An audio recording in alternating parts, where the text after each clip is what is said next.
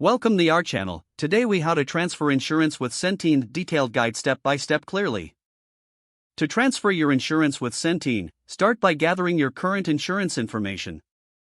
Ensure you have your policy number, personal identification, and contact details available. Next, visit the Centene website to find the specific instructions for transferring your insurance. Look for the Contact Us section for relevant phone numbers or email addresses. Call Centene's customer service number for assistance. Prepare to provide your current policy number and details about the insurance you wish to transfer. Explain your situation clearly to the representative. Ask about the requirements needed to initiate the transfer.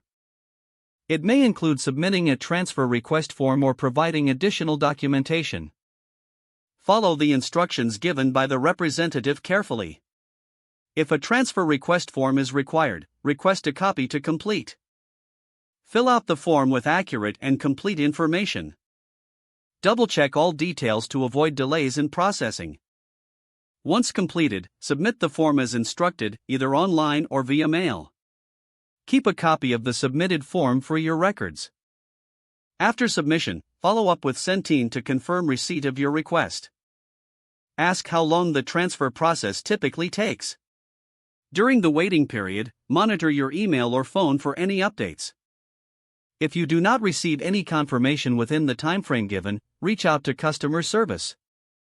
Once your transfer is confirmed, review your new policy details thoroughly. Ensure that all information is accurate and that you understand your coverage. If you have any questions regarding your new policy, contact customer service again for clarification.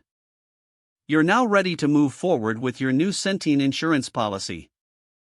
Keep all relevant documentation safely stored for future reference. If the page does not load, refresh the browser or try again in a private or incognito window. Make sure you are using the correct email address, then retype it carefully to avoid small typos. If your password is not accepted, use the reset option and create a new strong password you can remember. Check your spam folder for verification or security emails, then complete any requested confirmation steps. Don't forget to like this video and subscribe to our channel for more step-by-step tech guides.